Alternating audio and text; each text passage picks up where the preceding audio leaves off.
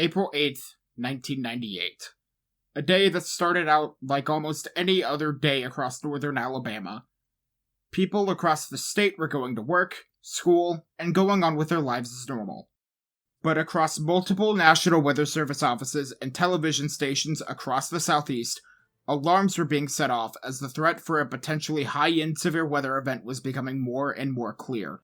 The Storm Prediction Center in Norman, Oklahoma issued a high risk across portions of northern Alabama, Georgia, and into portions of northeastern Mississippi and southern Tennessee. As the day progressed, it was only a matter of time before something took advantage of the volatile storm environment.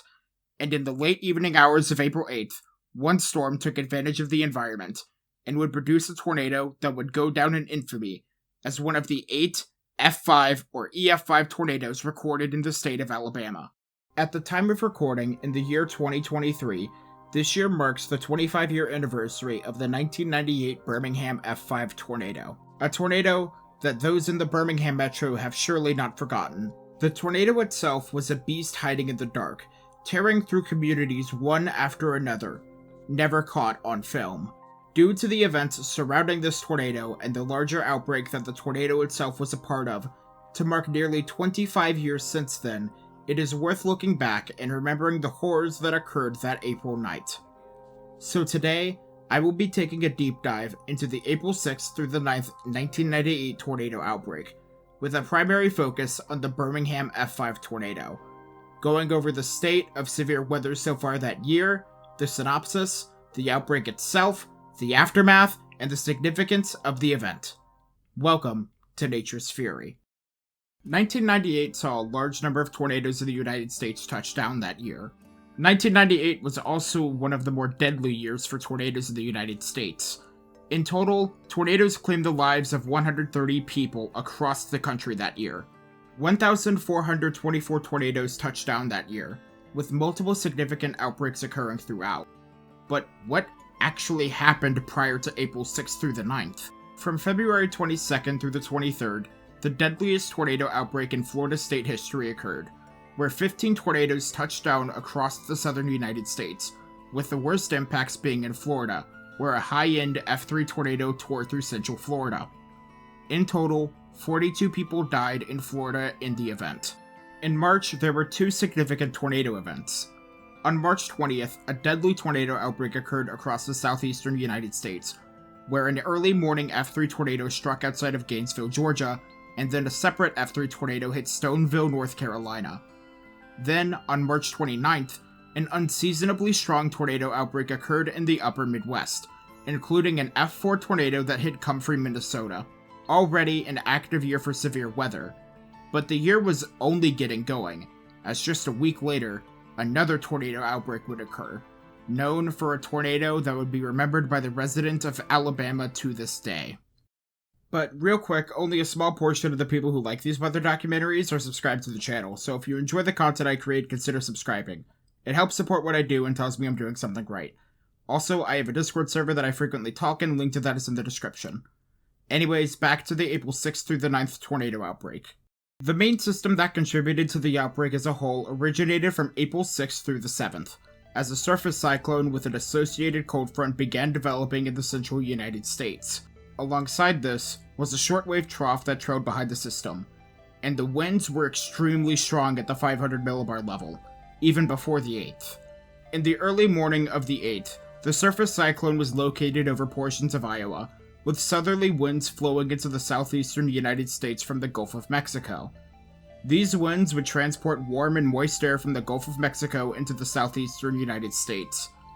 Associated with this system was a strong mid- and upper-level jet, which would be present across the southeastern United States. A new surface low was expected to form near the Tennessee and Alabama border in the afternoon and deepen.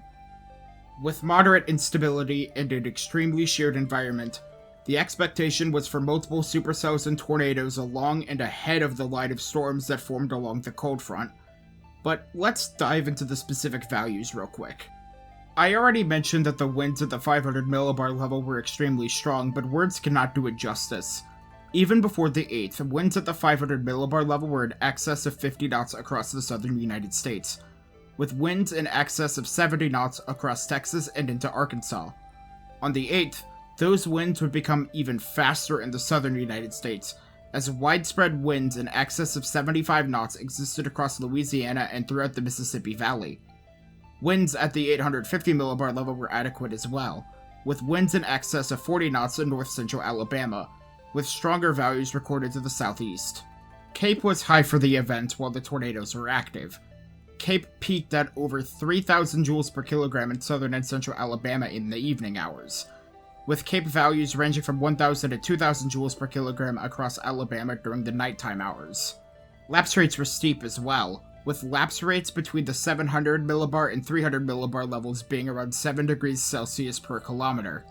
Dew points were high, with dew points across the Deep South being in the lower to upper 60s, and temperatures were warm, with areas across the South seeing temperatures from the low 70s all the way into the upper 80s. The dew point and temperature maps also indicated a dry line setup with the main cold front that was coming in. The conditions were there for a tornado outbreak to occur, and that was noted by the Storm Prediction Center. The Storm Prediction Center issued a high risk for severe weather across northern Alabama and Georgia, northeastern Mississippi, and southern Tennessee. The threats included all hazards, with tornadoes being the primary threat. But by then, storms that would eventually mature into the supercells observed across the Deep South were already forming.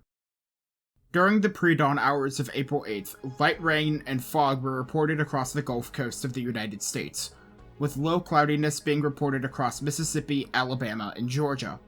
A surface dew point gradient became apparent in the afternoon, evidence of a dry line with a small line of convection being observed in east central Mississippi at 22Z. Radar reflectivity identified multiple boundaries moving up, and during this time, a tornadic supercell became increasingly more impressive and apparent through radar. It was only a matter of time before the supercell would drop strong tornadoes. At 7:01 p.m. Central Daylight Time, the first significant tornado dropped by the supercell touched down in Pickens County, Alabama, producing F3 damage in Tuscaloosa County, injuring 2 while thankfully causing no fatalities as it traveled through mostly rural, unpopulated areas of Pickens and Tuscaloosa counties. However, it was the second tornado that the supercell produced that would be remembered to this day. As the F3 tornado lifted, the supercell was getting ready to make its mark on Alabama state history. At 7:42 p.m. Central Daylight Time, 13 minutes after the first tornado lifted, the tornadic supercell would produce another tornado in eastern Tuscaloosa County. The tornado initially moved through mostly rural and unpopulated areas of eastern Tuscaloosa County, producing minor damage before it crossed into Jefferson County. It was during this time when the tornado would become stronger and more violent, with the first of many communities in its path being the small community of Oak Grove, just to the west of Rock Creek. The tornado produced F3 damage in the community of Oak Grove, destroying or severely damaging numerous structures in the small community, including the fire station, multiple mobile homes, and the elementary and high schools. At the high school, a group of cheerleaders were practicing at the gym. Then the lights went out. The cheerleaders got to the middle of the gym, and then the tornado hit. Miraculously, all 5 of the cheerleaders escaped with only minor injuries. The tornado then struck Rock Creek, reaching F5 intensity as many of the homes in the town were leveled or swept away. In Rock Creek, 11 passed away. The tornado would weaken slightly, producing F4 damage as it struck the community of Sylvan Springs, leveling houses and killing 4. But the major concern now was where the tornado was about to go. The tornado was aiming straight for the city of Birmingham and its inner suburbs. Birmingham, being one of the largest cities in the entire state of Alabama, was on edge, and the tornado had no signs of stopping as it ran into the inner suburbs. The tornado regained strength as an F5 tornado as it tore through the communities of Edgewater and McDonald Chapel. It continued to tear houses apart, shredding them with no mercy from Mother Nature. At the same time, skycams on ABC 3340 caught a massive power failure in the western Birmingham suburbs. The tornado began to weaken as it crossed Alabama State Route 269 into Pratt City, but still very powerful as the tornado produced F3 damage, but then the tornado abruptly dissipated, right before going into the northern portions of downtown Birmingham, sparing the city of what would have been undoubtedly a devastating storm. The Oak Grove Birmingham F5 Tornado was on the ground for 46 minutes, traveling a little over 30 miles with a peak width of 3/4 of a mile, causing $2.8 million in damages, killing 32 and injuring 259. The supercell responsible for the Oak Grove Birmingham F5 tornado would continue to produce multiple tornadoes throughout its life in Alabama and into North Georgia, producing an F2 tornado in St. Clair County in Alabama, an F1 tornado in Harrison County in Georgia, and then producing 2 F2 tornadoes just outside of Atlanta. Looking outside of the Oak Grove supercell, multiple significant tornadoes occurred in this outbreak. Multiple short-lived tornadoes occurred on the 7th and 8th in the upper Midwest, while further south, 2 separate tornadoes struck southeastern Georgia, 1 F2 tornado and 1 F3 tornado. But the primary focus was now on what happened in Alabama.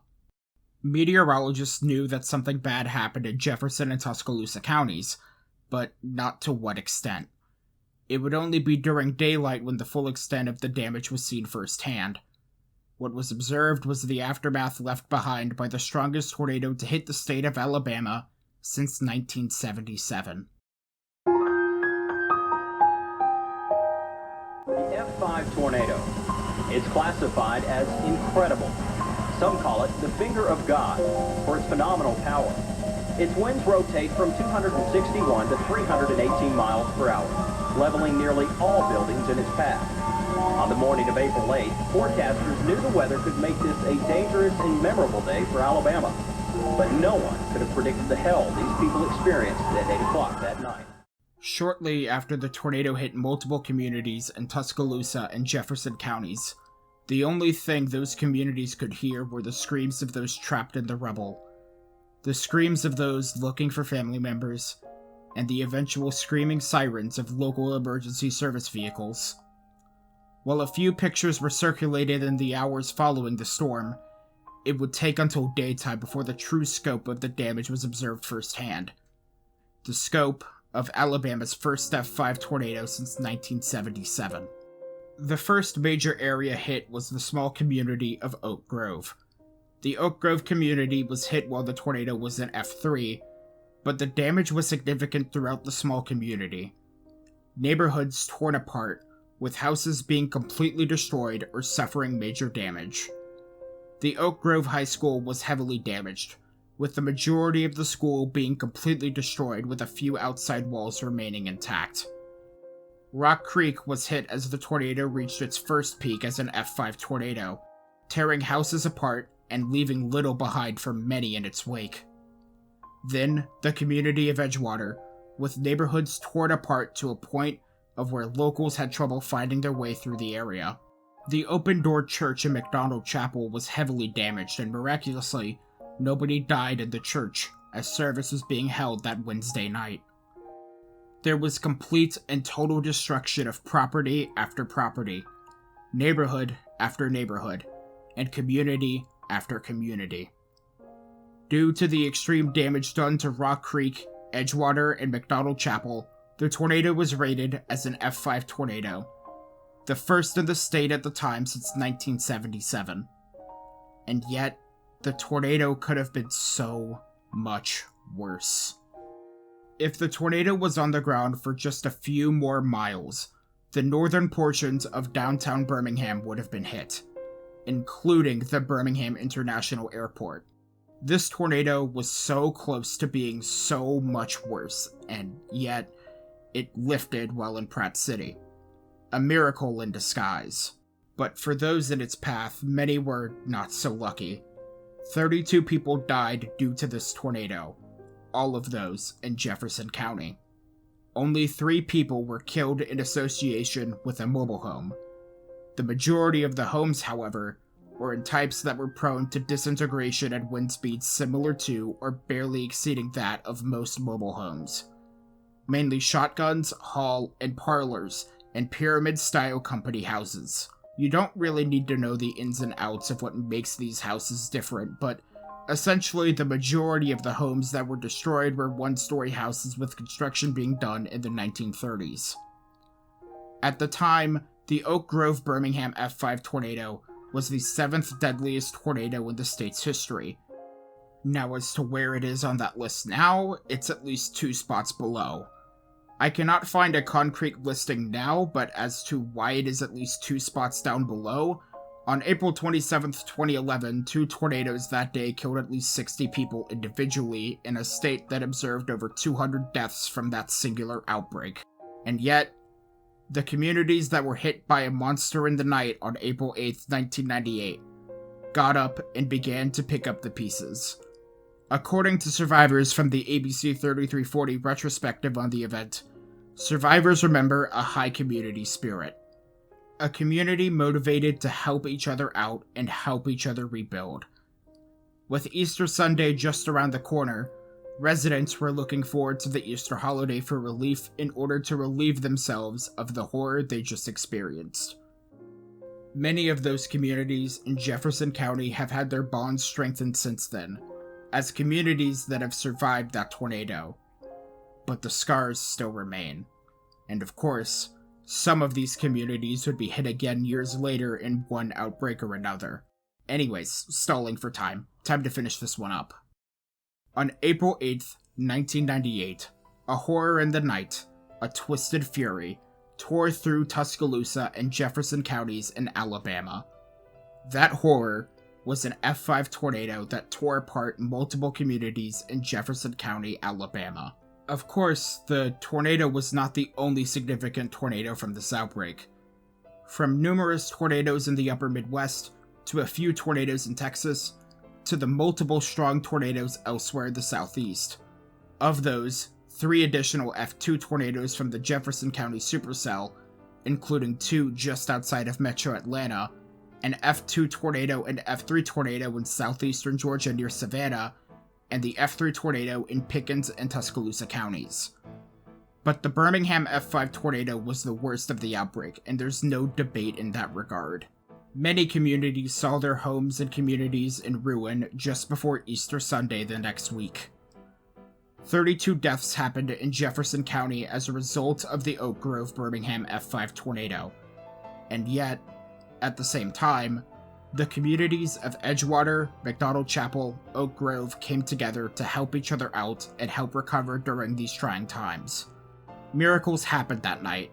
In the Oak Grove High School, where the cheerleaders all survived the direct impact from the tornado, and the Open Door Church in McDonald Chapel, where nobody died during service that night.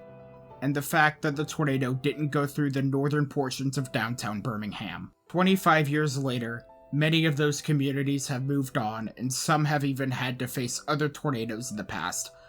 Either it was during the 2011 Superoutbreak or during another outbreak.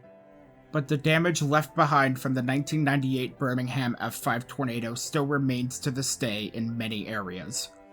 2023 marks a major anniversary year for multiple severe weather events, and the 1998 Birmingham F5 tornado was one such event. It's a tornado that shouldn't be forgotten, one that won't be forgotten by those who survived it, and one that I will not forget anytime soon. I'm just gonna be upfront, this year sucks so far. Death in the family, the basement gets flooded within the span of 2 days of each other. Not gonna dwell on that, but if you follow me on Twitter, by the way, follow me on Twitter, you probably already knew about both things. As for me now, well, it may be a while before I move out. It all depends on how long it takes to get stuff taken care of back at home. Also, if you notice this echo that's been present throughout the entire video, that's because I'm currently in the office because my room was in the basement and now smells like mildew. But I've also got some schedule changes. The 2022 year-end review for weather isn't happening, and the Patreon request is delayed until I get an interview scheduled. Other than that, nothing else to say there.